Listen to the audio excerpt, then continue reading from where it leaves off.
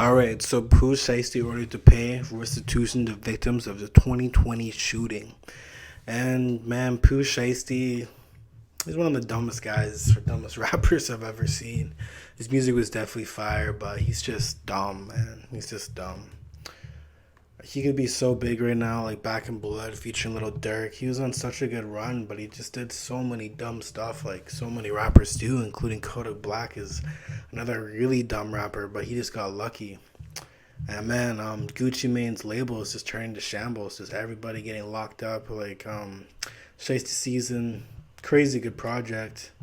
Just all bangers. Maybe not very cohesive. Like a lot of them just sounded the same, but he was definitely gonna be one of the next top street rappers for sure. For sure he was.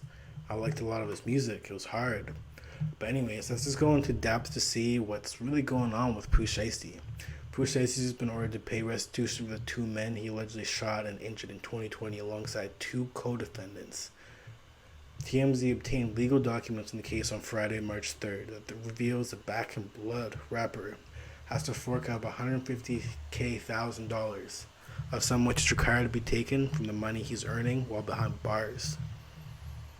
Man, that's rough. The news isn't a total shock to Shiesty, as reported last month revealed that the restitution conversation was in the works. Prosecutors formally asked a federal judge to require Shiesty and co-defendant Bobby Brown and Jane DeRosso to pay the two victims a total of $1 million. A number they said arrived at based on medical reports based on suffering expert.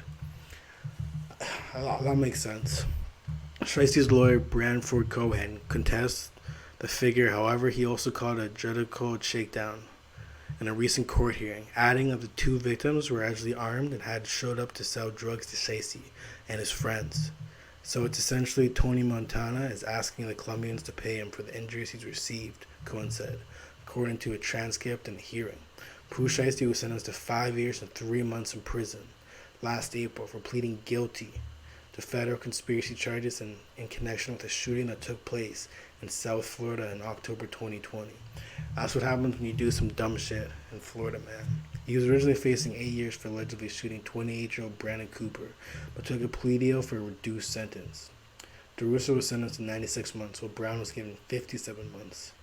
As he rides out a sentence, Pooh Shiesty recently claimed Jay-Z can't even relate to his earning power, and a braggadocious message from behind bars.